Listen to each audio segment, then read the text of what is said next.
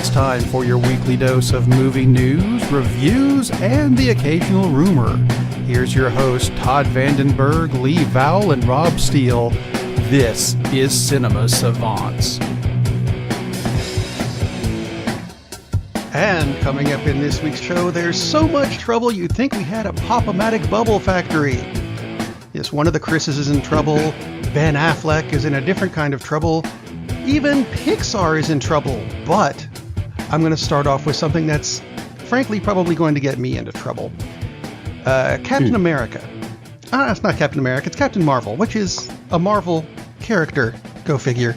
Anyway, the first female-led Marvel movie is going to have the first woman to write the score for a Marvel movie. Yay for them, I suppose. It's not something I particularly keep track of, but it's being written by a woman named Pinar Toprak. Here's the part where I go to hell. Pinar Toprak sounds like a large-breasted porn star.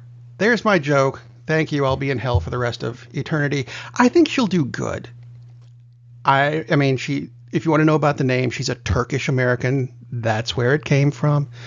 And she's done other movies like the wonderful score for Geostorm and Behind Enemy Lines 2.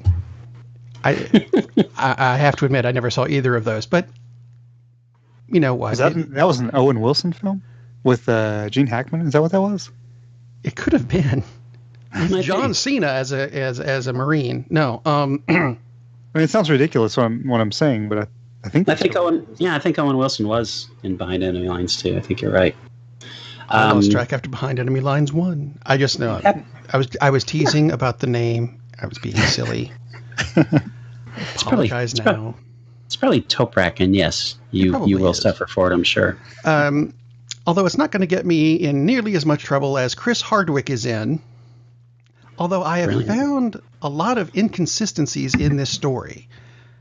One of our favorite Chris's, Chris Hardwick, is facing allegations that he sexually assaulted and abused and here's where it gets confusing, it's either his wife, Chloe Hardwick, his girlfriend, Chloe Dykstra, or ex-girlfriend 3 years ago, Chloe Dykstra. I've seen articles from reputable sources saying all three.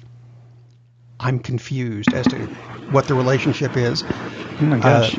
They all seem to say that the relationship started when he was 39 and she was 21, which sounds creepy.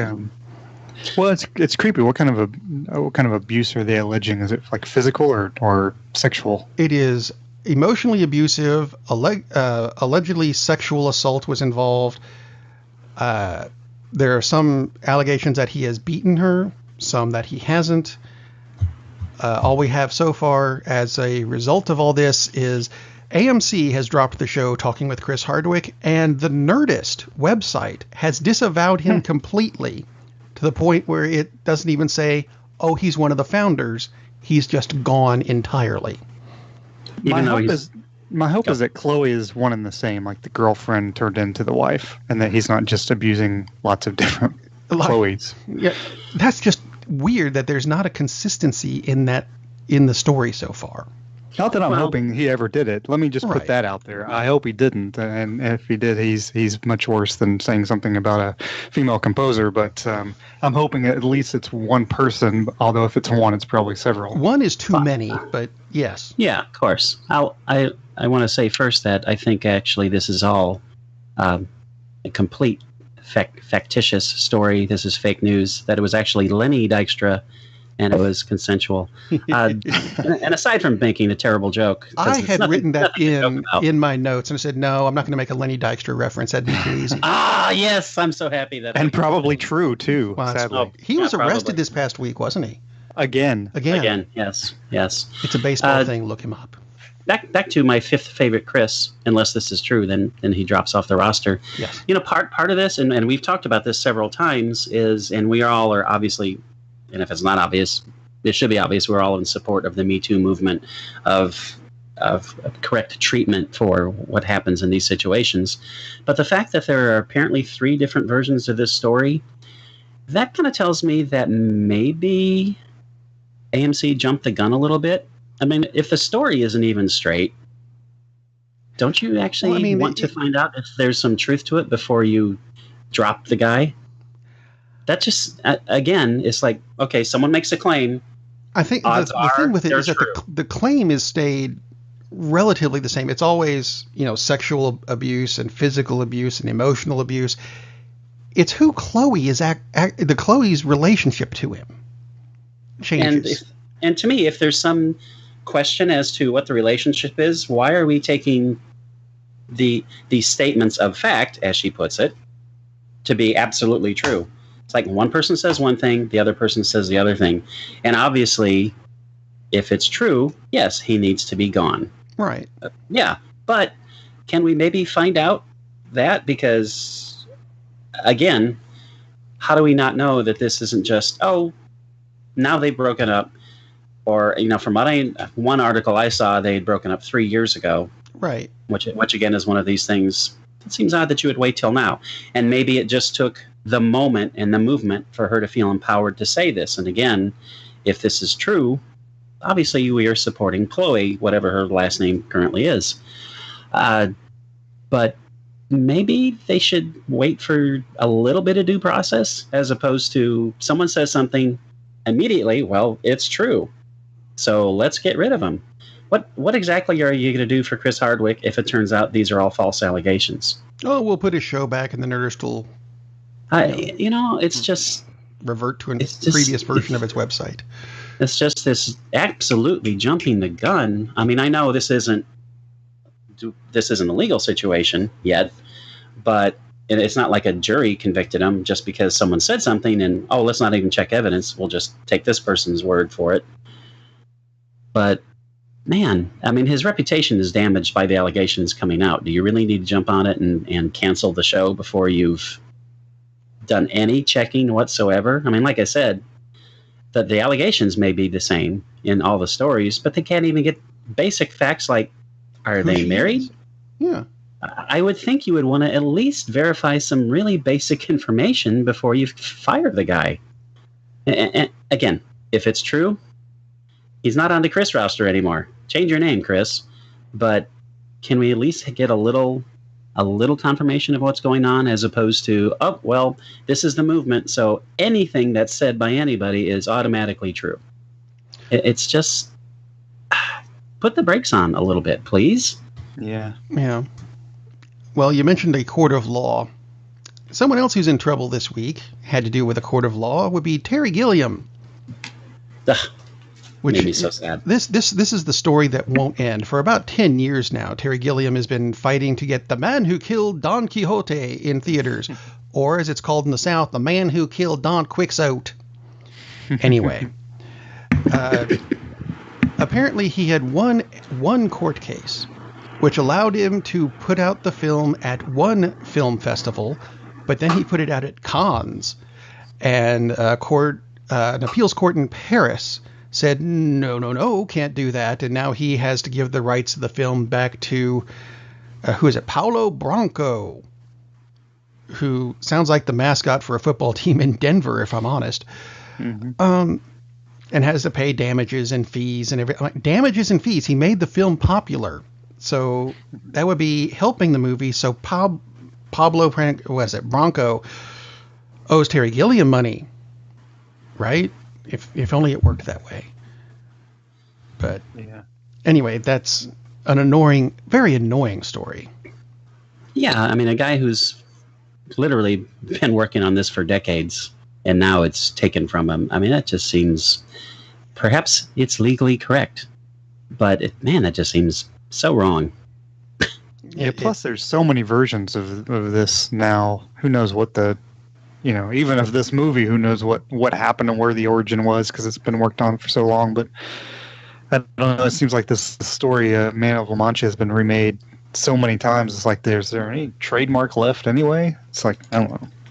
Who knows? Another issue, and this actually came up. This is not somebody who has gotten in trouble yet. He was thankfully not kicked off the movie he was working on. There's a British filmmaker named Adam Morse who just put out a movie called Lucid at the Edinburgh Film Festival. I was there last night. It was wonderful. Oh, no, I'm just kidding.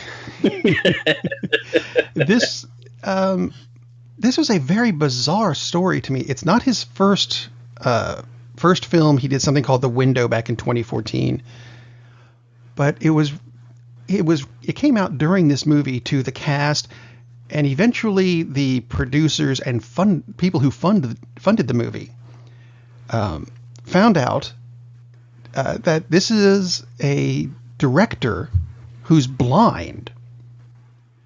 Not completely blind, but has only peripheral vision. He is legally blind, which is why on the set he was followed around with a 60-inch TV monitor so he could look at it sideways or something, I guess, and see what's going on.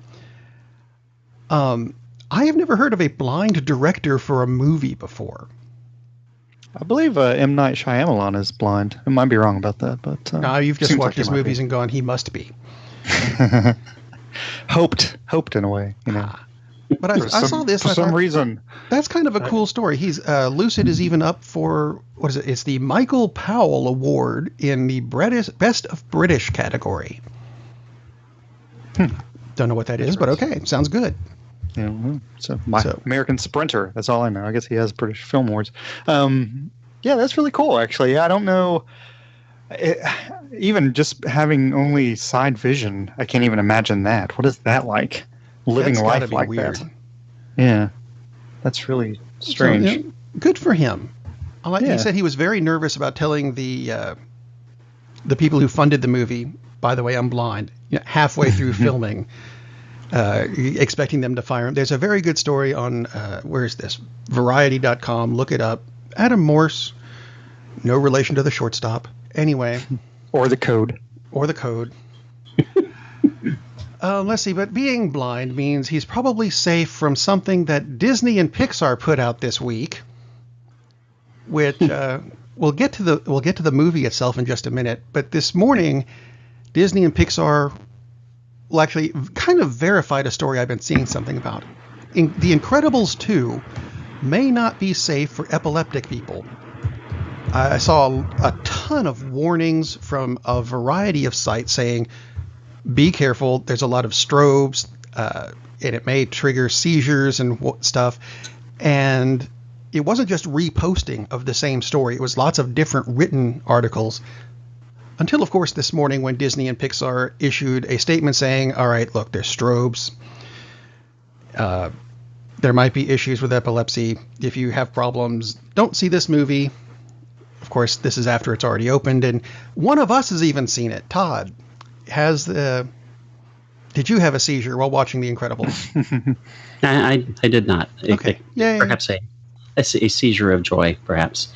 Really, really good film. There are lots of flashing lights. Interest. I have not seen anything that anyone actually had any issues with it. There was apparently just like one or two cases that I saw, but in a variety of states. Yeah, it could be like a Chris Hardwick thing where we don't know who it is, but. Which would be one or two too many cases, obviously. But apparently theaters are putting out the warnings now to let people know, which would have been good if they'd done that beforehand. But anyway, the movie itself, really, really enjoyed. And it's, to me, it bears a very similar relationship to The Incredibles as Deadpool 2 does to the first Deadpool movie. Not that they're at all similar, but they're both kind of maybe somewhat groundbreaking in the case of The Incredibles as well. It was just a big breath of fresh air, different from a lot of things that we've seen in the past. So being a follow-up, you don't really get that impact of, wow, this is super cool, because you've already seen the basics of it. But they do a lot of nice things with the plot. The focus is more on the kids. The issue that we had with the first trailer that came out, and we were all kind of thinking, wow, is this Mr. Mom and it's just going to be Dad with Jack? There is quite a bit of Dad with Jack at home.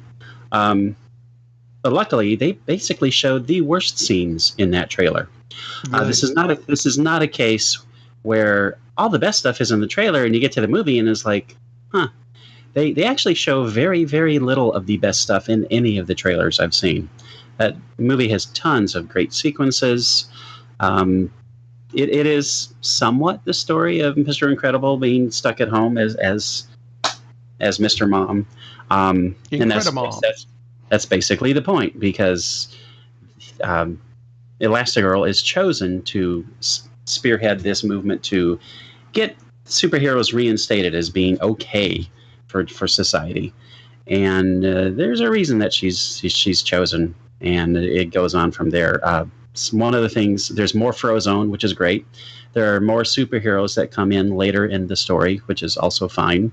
All of the Incredibles, with the exception maybe of Mr. Incredible himself, they don't have new superpowers, but they use the powers that they have in new, interesting ways, which is cool. So that's a nice switch on the first film. Basically, it's just really, really, really fun, and it's a great movie. It's making the money it should.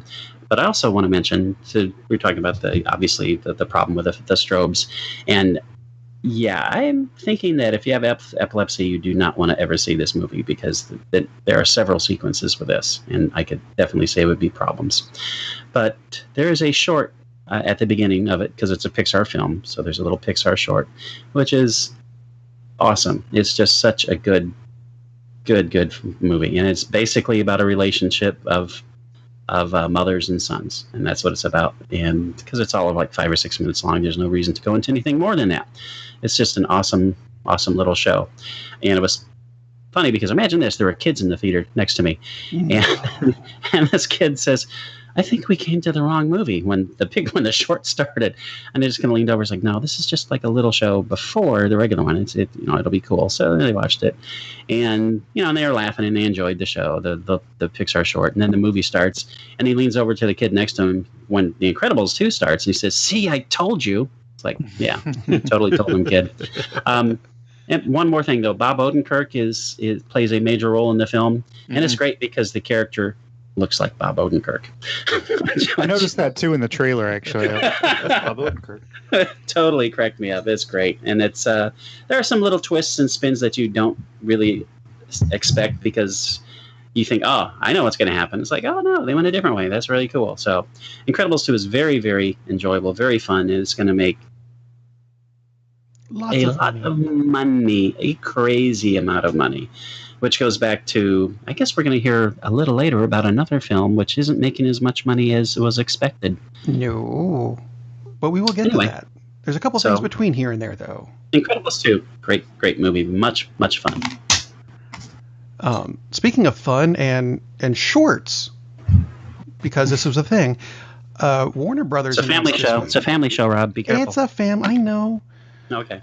I thought we were going back to Deadpool 2, where it's like, whoa. Warner's announced this week that they're going to be bringing back Looney Tunes shorts at the beginnings of movies, which part of me loves the idea if they do it the way they used to do them. The other part of me is horrified because I know they're going to screw this up. Everyone's going to look like Dexter's Laboratory, and they're just not going to be funny. You guys have any thoughts on this? My problem is, it's not just going to be in front of movies, which is great, and because Pixar's only been doing it since the beginning of Pixar, so yeah. Nice to join the program, guys, especially since you pioneered this. But my thought is, well, for one, they're also going to be on the web and everything else, so that's not going to be the only format. Yes. My big hesitation is I'm not so fearful that they'll screw it up and they'll make everything look really cheap. My fear is that I'll actually have to go watch a Warner Brothers movie first to see the cartoon. That's true. Just release them in front of something else. Then I'm down with it. Well, Time Warner did finally complete their merger this week. Time Warner has now merged with AT&T, and I love what they're calling this because I've been wanting to say this word on the air for years. Make Time Warner and AT&T an acronym. It's called TWAT. The only reason I've wanted to say it is because I'm not allowed to. That's it. It's 2 T's at the end. 2 T's at the end. Makes a difference. It does. There we go. That's a thing, but because of that thing... I'm thinking they won't go with that, but just I thought the AT&T was on the front. I thought it was AT&T. At WAB. It should be, and yet... That's so easy to say. Well, it's better than the obvious one. It's it is better. Somebody would have in marketing you put a would have seen twat that. production on it, and it's all of a sudden become porn. Truth in advertising. Anyway, because of the merger, Comcast submitted its deal to buy Fox for, what was it, $65 billion in actual cash, as opposed to Disney's stock options or whatever it was. But all hope is not lost for Marvel fans, as there's a story circulating that they may be splitting the Marvel part, at least the Marvel part. They should split the Star Wars part off too and sell those bits to Disney, because the reason Comcast is doing this thing is because they want to own Sky Media, which is you know how we have like Dish and DirecTV in the States? Sky is for Europe. It's huge in England. It's enormous. And that's what they want. That's why they're making the deal. Not to screw over Marvel fans or Star Wars fans. Or are there fans of any other Fox franchises going?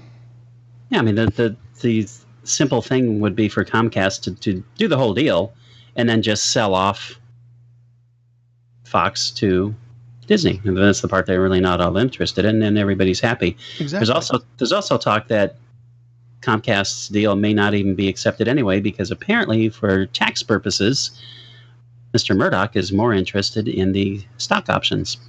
So even though it's a lower bid, that may go through anyway. Time will tell, but yeah, hopefully Comcast would just say, yeah, we don't really need that. We'll sell it off, and that way they recoup some of the billions and billions in cash that they're spending to get Sky, which is what they really want. So yeah, there's still a good chance that Marvel fans will come out happy with this. As long as Atwab doesn't buy Fox, I think we're okay. That would be nice. And now, to the movie that lots of people have been talking about, including Todd earlier in this show. John Travolta's Gotti movie, which has earned itself a rare and unique honor by getting a 0% on Rotten Tomatoes, which is probably due to something. I saw one picture from this movie where I know it's John Travolta, but he looks like Schwarzenegger and Stallone had a kid, which is wrong. Anyway, I'm kidding. That's not the movie we're talking about. We've actually all, I think, seen Solo, the Star Wars movie that a lot of people aren't sure they wanted in the first place, but there we go. And how it's not making money, although... Relatively speaking. Relatively speaking. Compared to the other Star Wars movies, it's a flop. Compared to Ishtar, something completely different. Compared to most movies, period, yeah. Right. It's a huge hit. So, what did you guys think of Solo? Well, let me clarify. I still have yet to see Solo, because I went to see you said you were going. Instead. I took you at your word. And I saw... too. No, I decided to see a movie that would potentially give me seizures. Well. But I knew it wouldn't, and I was afraid Solo might, so... Well, in that case, Lee, what'd you think? I thought the lead was just okay. I thought Woody Harrelson was great. I thought there were a lot of things to like about the film. Yeah. It wasn't. I didn't think it was terrible by any stretch. I was entertained. Definitely wasn't the best Star Wars film I've ever seen, but for paying what I did, I think I went to see a matinee on a Sunday. It was worth the money. The lead was just kind of boring, which is I know it says a lot about Han Solo that the lead's kind of boring. He wasn't terrible. Awful. Well, he wasn't terrible, but I wanted more Lando. I thought Donald Glover may have had, but they just didn't. It's funny people are saying he should have a spinoff, but really what they had him work with in Solo wasn't a whole lot. No. But I thought, some of the things, I thought Woody Harrelson was great in his role. Not surprised, right? But, for him to bring Woody back from Cheers, that was an unexpected character. But just kidding. No, I was so entertained by it. I didn't think it was terrible. I don't think people should. I haven't heard that it's terrible. Really what I've heard more is just how disappointing it is at the box office. I put my $10 down or whatever it was. I actually movie passed it down. So it was worth whatever I paid. I don't care how much it makes at the box office, really. I had a couple of issues with some of the storyline parts, like and this is not a complaint I've had for a couple of series, mainly sci-fi stuff, because how often do you hijack or I guess heist. It's a train heist. How often do you heist a train on another planet? And if you got spaceships, why are you using trains? I mean, I'm just throwing this out. I wanted to ask you this though, because you've seen it. Todd. Anyway, hey, my nephew saw it and he liked it a lot. Although he also said he wasn't really thrilled with the lead, which I'm sorry, that's the one part of a movie called Solo you have to get right. You better have a charismatic lead. I don't know who they would have gotten where it would have. You're taking a chance with whoever you get. This guy was not the right pick, but I mean, you're really taking a chance with whoever you get. I don't think he was hideous, totally. But he wasn't. Yeah, he was not Harrison Ford. Right, and that's the problem, which nobody is going to be Harrison Ford as Han Solo. Exactly. Which to me is why you don't even bother making the movie. True, because that's a good point. It's to me, it's just a cash grab, and that's why I'm just not all that thrilled in seeing it. It's just, I know people will go see this because it's about Solo. It's like, but that character is so dependent on Harrison Ford. Anyway, I'm sorry. It's still worth seeing, though. I mean, it's still worth seeing. I'll movie pass it. Meanwhile, during the train heist. Yes. Did you notice that the music, the score of the movie, for no particular reason, turned into Akira? Did you notice that? And I thought that was just weird. And I don't know why. When all Philip Glass, I don't know, it was just all minimal. The rest of the... No, I'm just kidding. That would have been awesome.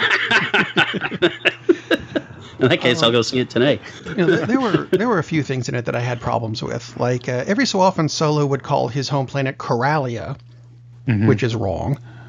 It's Corellia. So there. And see, I'm still a fan of the books, which I've never mentioned that before. The game of Sabak was completely redone, and it's a lot more fun in the books. Kessel was a spice mine, not a hyperspace fueling station, which means, yes, Han Solo smuggled drugs. Conversely, Donald Glover I thought was great. Paul Bettany I thought was great because he's Paul fantastic. Bettany. Yeah, exactly. I agree 100%. Warwick Davis was in this movie, and I think this is his 5th Star Wars movie, but the first one where he's had a line. I could be wrong on that, but I'm fairly certain I'm not.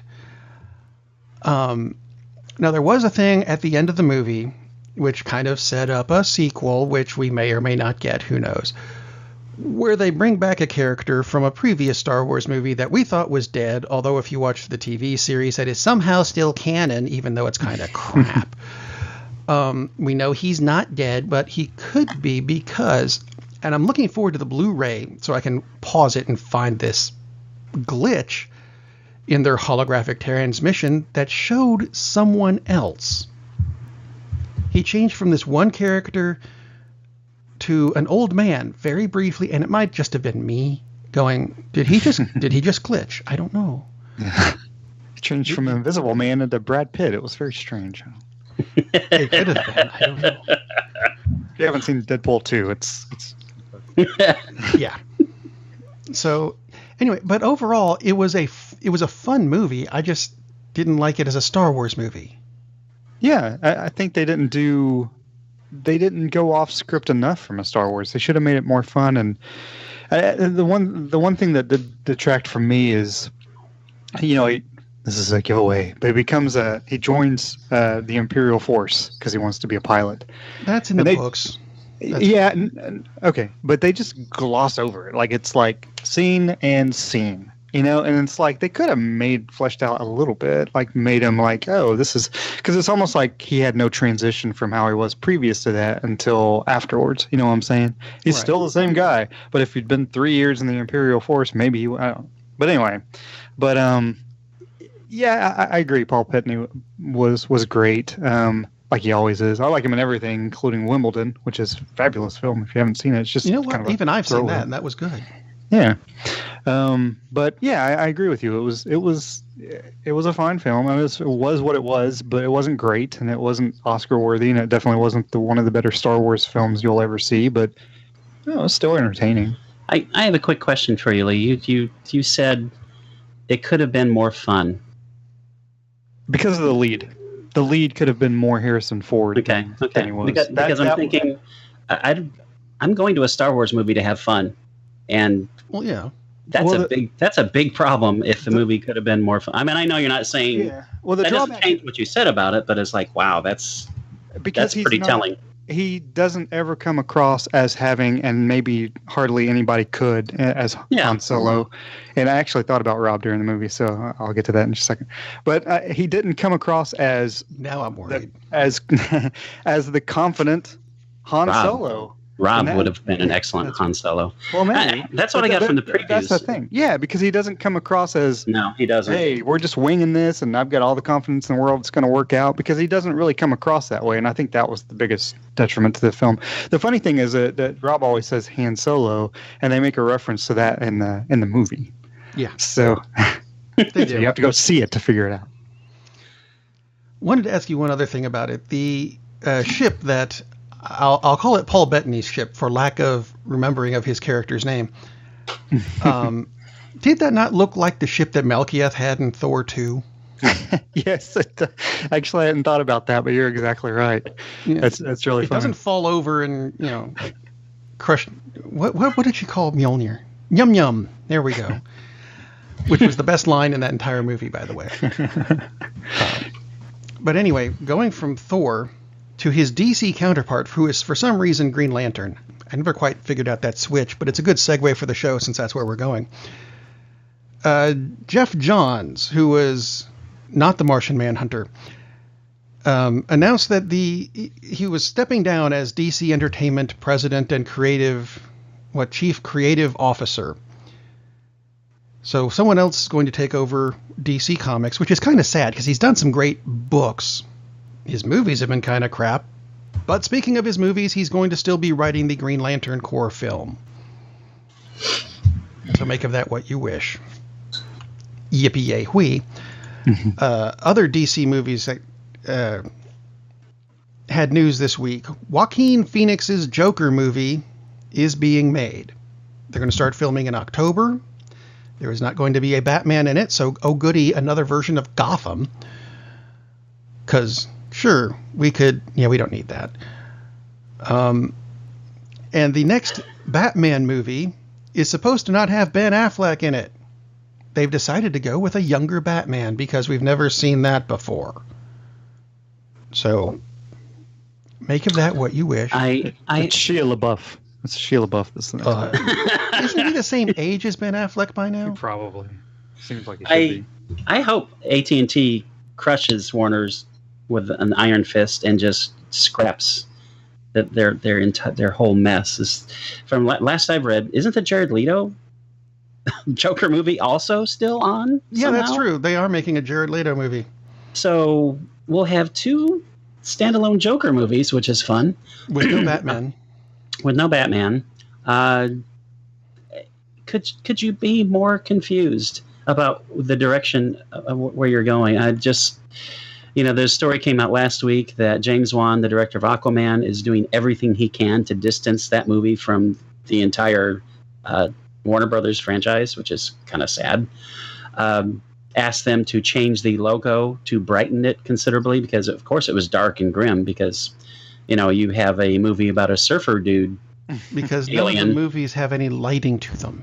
Oh, my God. Just 2 Joker movies. That's just brilliant. Because of course, that's what Marvel did. I mean, they didn't need a Captain America movie. They just went and did 2 Doctor Doom movies instead. Oh wait, no, they didn't. Holy crap! I don't think he knows what he's doing. Like I said, I kind of want the Warner Brothers cartoons in front of Disney movies. That way I don't have to suffer. Jesus, what a horrible mess. Hey, this is off subject, but who else is tired of the Mission Impossible trailer before every single fucking film?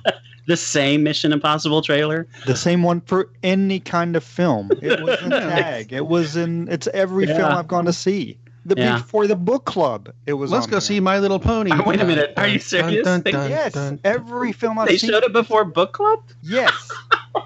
Because that's the same audience. Wow. Well, I mean, I guess, Tom Cruise isn't getting any younger. But, I mean, it's like, it's every film. Literally every film. Tom Cruise is the new Batman.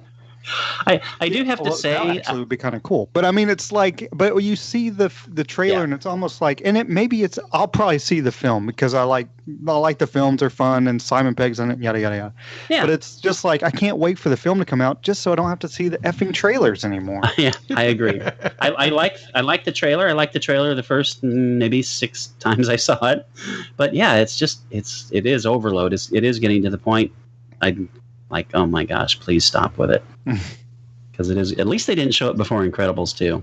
So, which is a surprise because, like I said, literally every That's a film I've been surprise. to. Which when we get to more trailers, a couple trailers I wanted to mention because there were some pretty cool trailers out.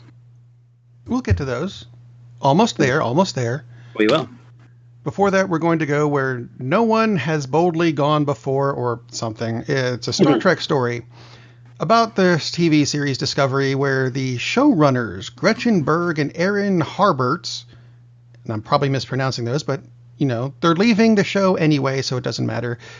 And they're being replaced with executive producer Alex Kurtzman.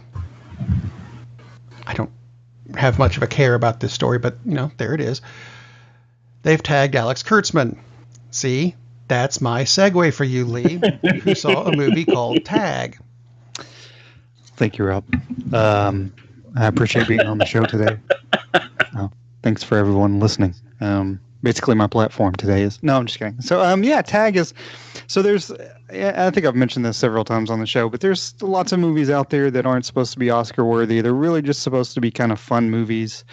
They don't have any weightiness. And Tag is based on a true story, actually, of some friends who grew up together. And every May, basically for the month of May, they spend trying to tag the other person. There's one person. And the original group had about 11 or 12 people. This film has 5 main people. And they're all guys who basically spend the month of May trying to tag each other, but really they're just trying to tag the character of Jeremy Renner, who can't speak English, obviously, who's never been tagged, and this has gone on for 30 years.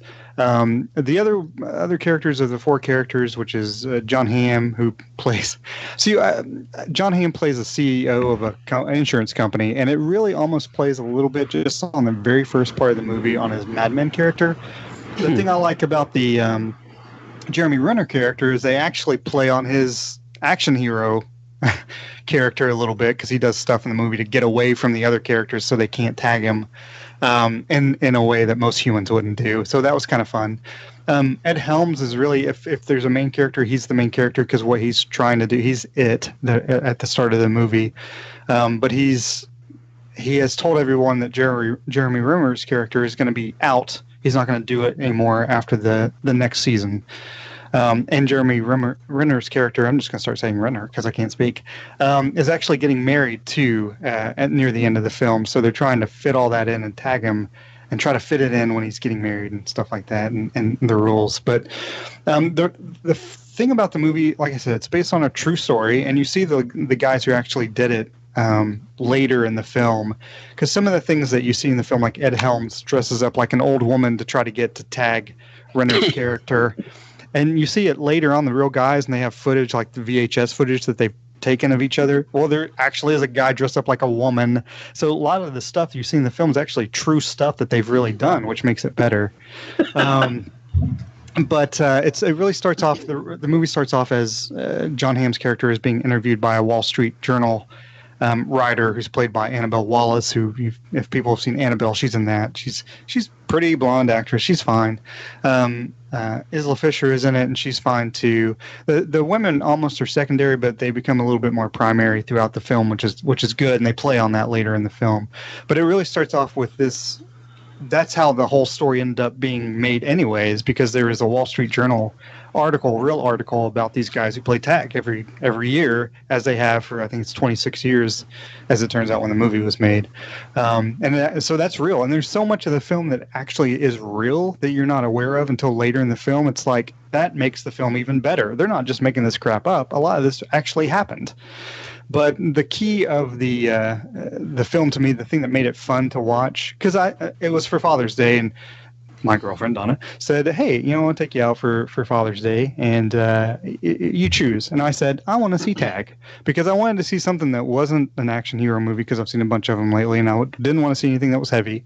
I wanted to see something fun, and this film met my expectations because the main characters, Ed Helms, Jake Johnson from New Girl, if people haven't seen that, it's kind of a fun show with Zooey Deschanel, John Hamm, Hannibal Buress, and Renner's character. Those actors, they seem like they're having fun when they're making the movie, and it comes off the screen that they're just having fun. And as a person watching the film, I had fun watching it. And I think it was because of the way the characters or the actors were acting out the characters, and then later on seeing that a lot of that stuff actually happened made it even better.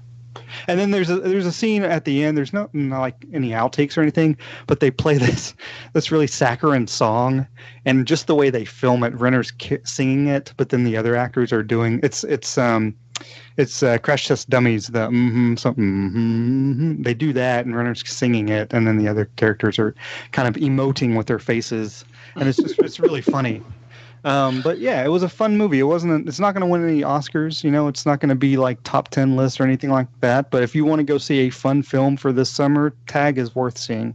It was $28 million to make. It's made $14 million in its first weekend. I'm sure it'll make budget, and it's worth every penny. It does sound fun. I have a quick question. Do you think Jeremy Renner enjoyed every moment of making that movie? Well, I actually didn't know he broke his arms. It's funny because Rob was telling me pre-pro that they CGI or green screened a lot of the stuff. And green screen casts. Yeah, because it's funny when you're seeing some of the stuff he's doing. It's such a play on Hawkeye and things like that. But it's I would have no idea that they did that. And when it's so farcical in some scenes with what he's doing to get away, it makes sense. So it's not like, the scene where Ed Helms dresses up like the old woman, he's doing some things as far as martial arts that just people would not normally do. But it's funny. It's funny because they go to Jeremy Renner's town, and that's where the wedding's happening, and that's where basically the whole movie is happening. And he runs this fitness gym, and Ed Helms is dressed up like this old woman, and you see him just basically knocking the shit out of this old woman in this mall, and he's sitting on this because Ed Helms brought in this walker. So basically, the scene ends with Jeremy Renner sitting on the walker, which is sitting on Ed Helms so he can't move, and these two security guards come over, and they're like, whatever Renner's character is called. It's like, "Oh, I'm sorry, sir. Are you doing okay? Is this old lady bothering you?" And it's just like, it's just really funny. And that sounds a lot of fun. There is some weightiness at the end. There's a reason Ed Helms says, "Hey, Renner is out." Renner is not dying or anything like that, but there's a reason he says it at the end, and it's like, oh. And then at the very end, basically, because he broke his arms. Yeah, basically. But they're running. It's interesting. It's worth seeing and worth watching. Is it a little bit goofy at times, of course, and does it have some slow moments with the goofiness? Yes, but it's still fun and still worth seeing. Fun. Speaking of doing martial arts things that no normal human being would consider doing, Jackie Chan's in the news this week. He's coming out with a new movie called Project X. He was originally supposed to team up with Sylvester Stallone, which sounds like a hideous idea. I like Stallone. Though, it's not. I can see Jack. I don't know what you're about to get into sexually, but Jackie Chan and Stallone making a film together. The idea of that, I don't know how you feel, Todd, but the idea of that actually sounds kind of intriguing if they do it well. Of course, they won't with whatever Rob is about to say, but the idea is interesting. Nope. Stallone has been replaced. With John Cena. I thought you were going to say John Travolta for a second. No, he's still Gottiing. Yeah, John Cena and Jackie Chan. Okay. Sure, why not? I can see that. I actually would have preferred to see Stallone and Jackie Chan, because Stallone can be very, very funny. It's just a lot of the movies of his past, 2 decades, he's chosen to stray from that path, but he can be really funny.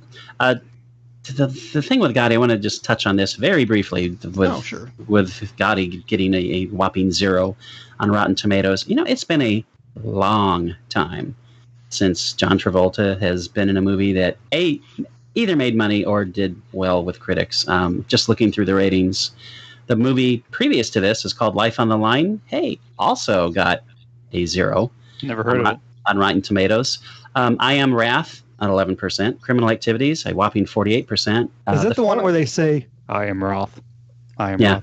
Maybe. It's just a tree. Small tree. The Forger, 9%.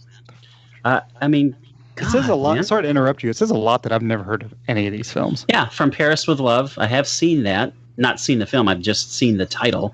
37%. That actually made money. That comes up with $24 million. From Paris with Love. Where was it? I have been collecting really bad taglines for movies, and that was one of them. Because it took place in France, right? So they added a little bit of French to it, except they screwed it up. The tagline from Paris with Love was 2 agents, 1 city, it's supposed to be no mercy, but they spelled it in French, which is no merci. No merci. Which is no thank you. Which people took to heart, apparently. Apparently. Because it made $24 million. I mean, you have to go back to 2010. Dude, why are they putting this guy in movies? What happened in 2010? That was From Paris with Love. That's when. Gotcha. Yeah, that's how old that is. I mean, man alive. It's been a long time since Get Shorty. Yeah. I mean, which isn't that far off of Pulp Fiction. Yeah, Face Off. I guess you could say it's probably his last really big hit. That's it was a good TV show. It's also the last hit for Nick Cage, probably. Probably, yeah. It's interesting. They're both constantly making just. Oh, look, another movie. Really weird. Sequels. They're making sequels to movies we didn't want in the first place. That's my segue. Brilliant. To our next segment, which there's some sequel news that came out this week. Like Ewan McGregor is going to be leading the new Shining sequel as the little boy from the first Shining movie. Did we need a new Shining movie? My daughter's a Stephen King fan and thought the second book was crap. Based on what you just said, I want to see that. That sounds phenomenal, actually. I don't think we needed one, but Ewan McGregor as a kid in the first one, it's like, grown up. I mean, he's a bit grown now. Yeah, I know that, but I mean, that idea sounds. Oh, it's Ewan McGregor, first of all, but that idea sounds interesting. Or maybe they did Fargo 3. That's what it is. If they don't base it on the book, I think it's got a better chance. It does. I mean, if they base it on The Shining and don't base it on Dr. Sleep, because that book was not really great. Yeah, I'm not a terribly big Stephen King fan in that I've never read any of the books nor seen a whole lot of the movies. I saw the movie The Shining, scared the crap out of me, which was exactly what it was supposed to do. Which, and of course, Stephen King hates that movie. He hates. He endorsed the TV version, which is god awful, and that's the version Stephen King likes, which is just strange. Yeah, just really strange. As much as they try to make the movies off the books sometimes just don't translate well to movies. Because he actually, and I know Todd likes him, he's a good writer, and in fact, a lot of the stuff the shorter stuff that he's written, like Stand By Me and Shawshank Redemption, I mean, those are all Stephen King stories that have nothing to do with horror. The thing is, I don't really think he's technically he's a good writer. He's a good writer. I think he's a great storyteller. I think that's the difference with Stephen King. There's a better way of putting it. That's true. Yeah, that's right. His writing is like, oh my God, we don't need 800 or 900 pages for The Stand. We just don't need it. No, but that's a bad writer. Thing is like sometimes when he writes the shorter stuff, it is good. Yeah. Exactly. His novellas, those are the ones that turn into the best movies. Stand By Me, Shawshank Redemption, like he said, those typically wind up being the best Stephen King things. A lot of his longer novels, I still like some of his longer novels. It just depends, but a lot of times it's just too much. And the novels, they need to be miniseries, like 11, 22, 63. That was really good. That's on Hulu. About a guy who's back in time to try to prevent the assassination of JFK. Book's pretty good, and the series is pretty good. Yeah, things don't turn out well because it's a Stephen King story. So surprise, surprise. But yeah, but they do in Shawshank. I didn't enjoy. That's true. They do sometimes. And Shawshank is my favorite Stephen King story, novel, whatever that he's ever written because it is so hopeful. and the movie the same. It's just incredibly optimistic. I was like talking to my daughter last night, and she said, "You're so optimistic and hopeful. You like all these hopeful things." She says, "I just like the really dark things where everybody dies." So I recommended a movie to her, which is a little hopeful, but everybody still dies. So, Deadpool 2. Anyway, I'm kind of looking forward to Dr. Sleep, but only because of Ewan McGregor, because the story just didn't need to be written. I didn't think it was that good. Anyway. Actually, speaking of writing and things that they probably don't need to be making. Exactly. That would be the Amazon Studios version of whatever they're doing with the J.R.R. Tolkien stuff. Because they came out with, I don't know if you guys saw this, there was an interview this week with, what is her name? Jennifer Salke, I'm not sure which it is, because I've only seen it in print. She's in charge of all the Tolkien stuff that Amazon is allegedly doing. And she says that the Lord of the Rings TV series is neither a remake nor a whole new thing, which sounds to me like she has just as many plans for this as DC has for whatever the hell they're doing. What exactly is it going to be? Who knows? It makes no sense. And I believe you were the one who said this earlier on an earlier show, Rob, is like, we don't really need this because it's Lord of the Rings. Those movies are just, I can't imagine doing the story better. It's done. The only reason to do it is to make money, which is not a good reason to make movies. No. That's what they spoke about The Incredibles too, and I'm sorry for jumping back to this. Oh, go ahead. But they asked Brad Bird, okay, why all this time? He said, because I don't want to make a sequel just as a cash grab, and most sequels are just cash grabs. I wanted to wait until I had a story to tell, and this is how long it took. Did you say sequels were cash grabs? Because that goes right into the next bit, because earlier this week, let's see if I can do this. Finally, The Rock has announced a Jumanji sequel. That's a cash grab, because he wasn't even actually in the movie. It was a computer-generated version of The Rock in a video game that the kids got zapped into. How are you going to bring The Rock back unless they get zapped into the video game? Which means, oh goody, we're doing that story again. You're so technical, Rob. You're so technical. I'm being picky. I didn't know there wasn't a sequel already. I thought they already had a sequel for some reason. Maybe that was just the remake of the original. It was a remake of the original. Yeah, that's also a sequel of the original of a remake of a Peter Pan movie. Which just got a bit ridiculous. Actually, speaking of remakes, because that's what we do, trailers for this week. See, I told you we'd get there. First big trailer I saw this week was for the Tim Burton live-action version of Dumbo, which, did you guys see this? Because it looked sad. I don't mean pathetic or anything. I mean, I think I'll cheer myself up by listening to Pink Floyd sad. Dumbo is sad, though. It is. I know, but at least the animated version had a bit of lightheartedness to it, even in the trailer. I'm looking at this trailer going, it's the Titanic. No one's going to live in this. Dumbo's going, he's going to lose the feather and, face plant. Oh, the elephant died. I can't bring myself to even take me to see something like that, much less my kids. And it's supposed to be a kids movie. Isn't it supposed to be a kids movie? It's Tim Burton. Who knows at this point? Quite true. Batman Returns, not a kids movie.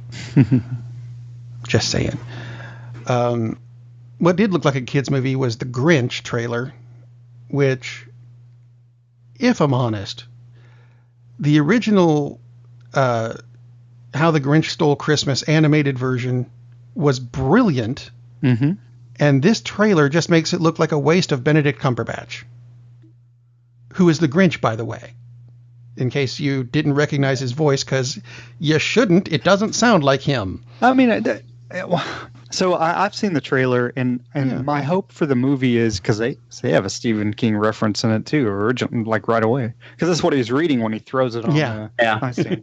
And that's my hope for the film is that besides them maybe just having the Grinch, is that they'll have enough like of those pop iconish moments where there's like Easter eggs enough to make it interesting. Because I don't know what they do otherwise.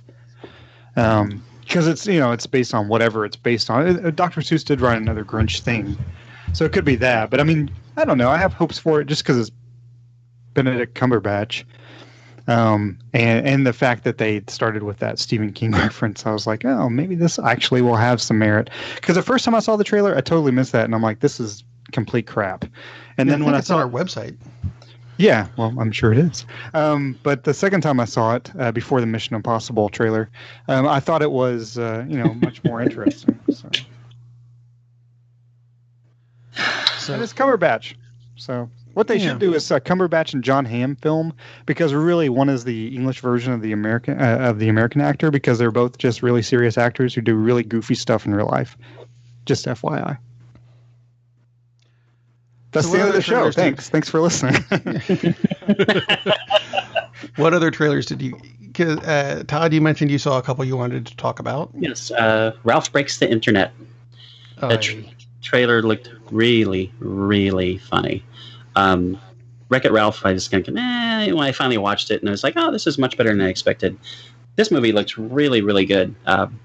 Biggest reason is because they've poked a lot of fun at Disney itself. So... premise is Ralph breaks out of their little video game world with his little sister, or who the heck this small child is, but I believe it's his sister. So she's a princess from the neighboring video game at the arcade. Which there you go. That's who she is. And of course, she's a princess, and they decide to go to the best site on all of the internet, and of course, it's Disney. Because it's a Disney movie. But they immediately poke fun of that because she winds up in a room with Disney princesses. And they're trying to identify her claim to be a princess. And they run through the categories of what makes a princess in the Disney world. And it is awesome and hilarious.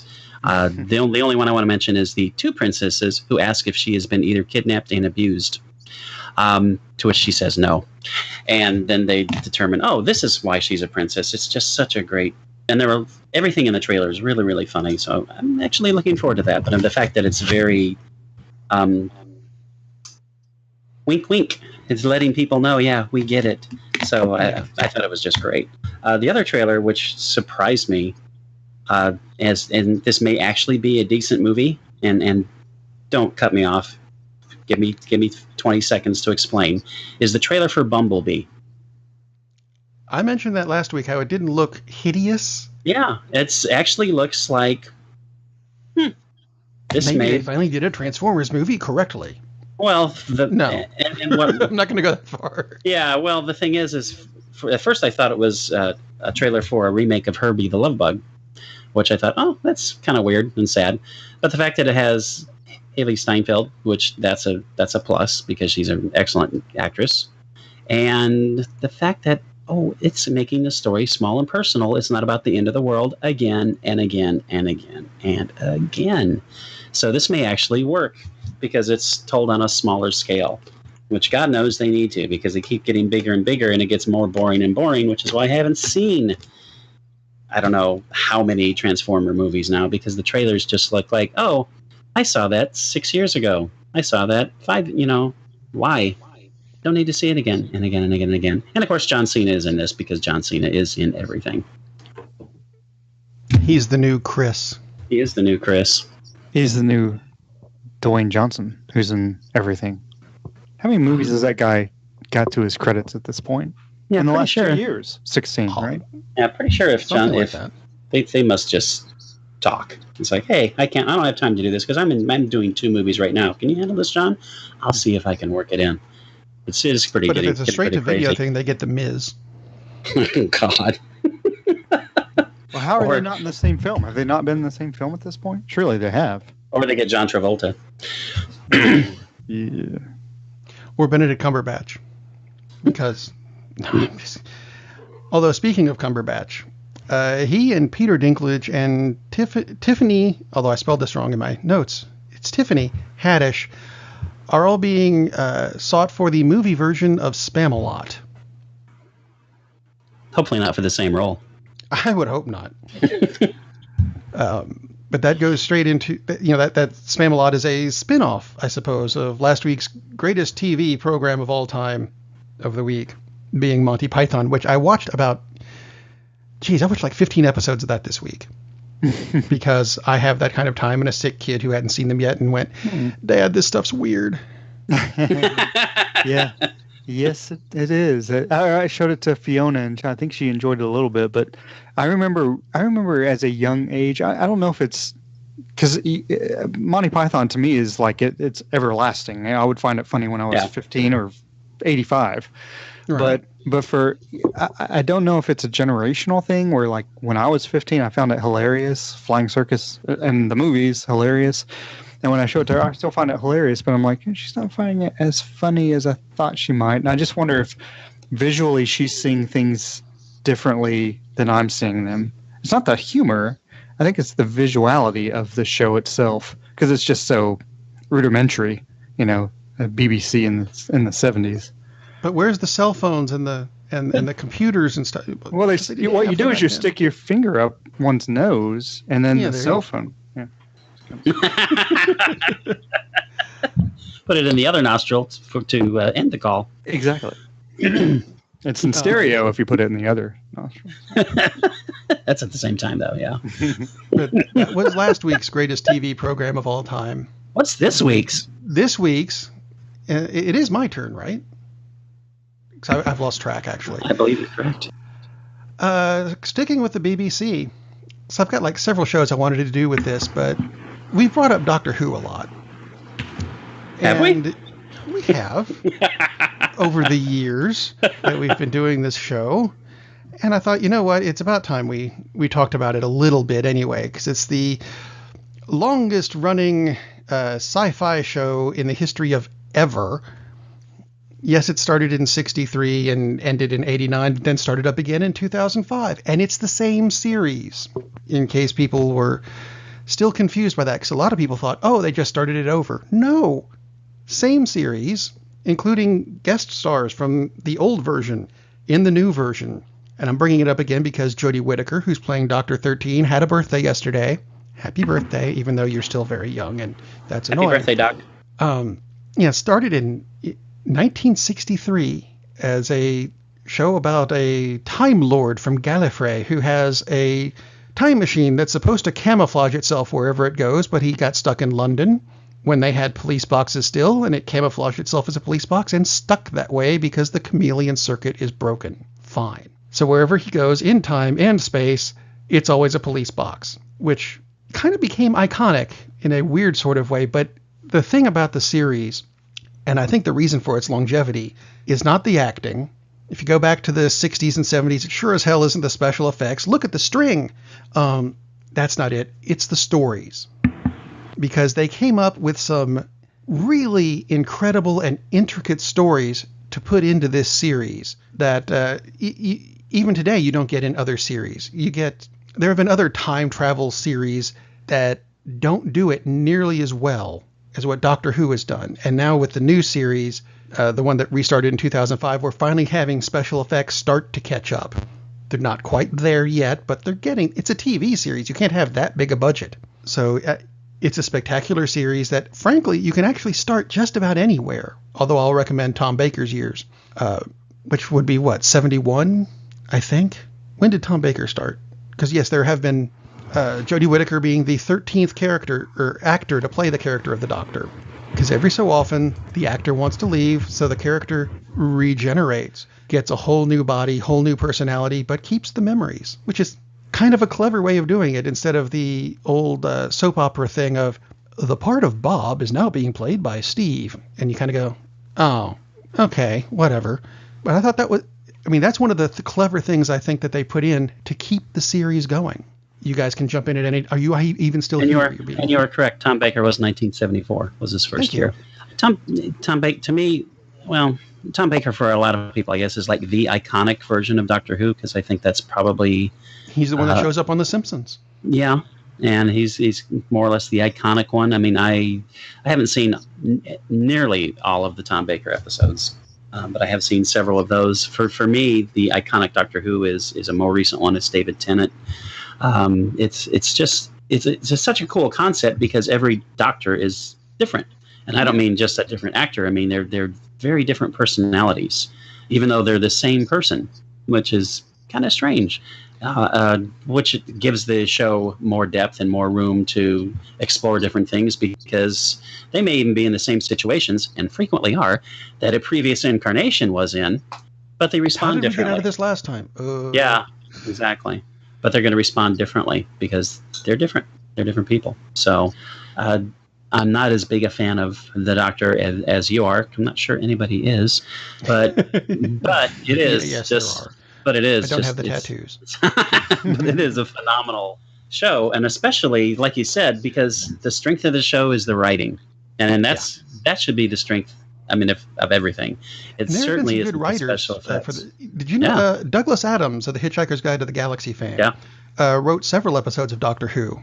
Yeah, and you can kind of tell he did because those are ones that are kind of. That's really weird, crazy, but awesome at the same time. So imagine that Douglas Adams writing something really bizarre. I mean, it's certainly not even now. It's not the special effects. That's not what. I mean, that's not what it's about. They're not hideous. No. Now, but they're not they're far from state of the art because that's not what the show's about. Never has been. And again, I mean, it's the storylines, and some of the stories are very touching and sweet, and some are incredibly scary. I'm thinking of one in particular, and I know you know which one I'm thinking of, Rob, because we've talked about would that this be one. The episode we recommended to Lee that he probably still hasn't watched? No, because I want to watch them in order, honestly, and I want Fiona to watch them because I haven't watched any of them. I take that back. I've seen one episode, and it was not anywhere near the beginning. It was like 2010. So I'm a novice, and it's not something it's not like I don't want to watch it. I do want to watch it. I just actually want to make sure I have finding time for this. Is going to be exactly right. It takes time to watch because there's so much good stuff out there. It's hard. Hundreds of episodes, and this actually doesn't even include the ones that were lost. There were a lot of episodes. The original Doctor William Hartnell, through Patrick Troughton, and into John Pertwee. The first three Doctors, a lot of those episodes were lost because they kept them on film in an archive at the BBC, which burned down. So a lot of those were lost. Although, and I thought this makes perfect sense for a sci-fi series. When it first started, there were the moon landings and everything going on, and people were so focused on space that they started broadcasting BBC programs into space, including Doctor Who. Now, a few years ago, they started receiving a signal back from space where the BBC signals were basically just reflected. And so they started getting some of these lost episodes back in kind of really crappy quality, but possibly fixable. That's insane. New technology. That is. So we may be getting the old episodes back, including the episode where William Hartnell regenerates into Patrick Troughton. We may be getting it back someday. They're working on them. Wouldn't it have been cool though if somebody like some other higher life form had seen them and then like remixed it and sent it back in like a higher? And it was like, oh, this is 4K already. Thanks. It was the Daleks. They did. Oh yeah, hopefully it's not them. Oh god. Although that would work either way. How bizarre. Absolutely. Which is a great way to end the show on a bizarre note. Unless you guys have anything else, I have nothing else. 3, 2, 1. No, they have nothing else, so we're ending the show. And that's classic. Thank you. We'll be back next week with a lot more stuff because there is always more stuff. Have a good week, everybody. Captain, we're losing power in the warp engines. I think we should be leaving now.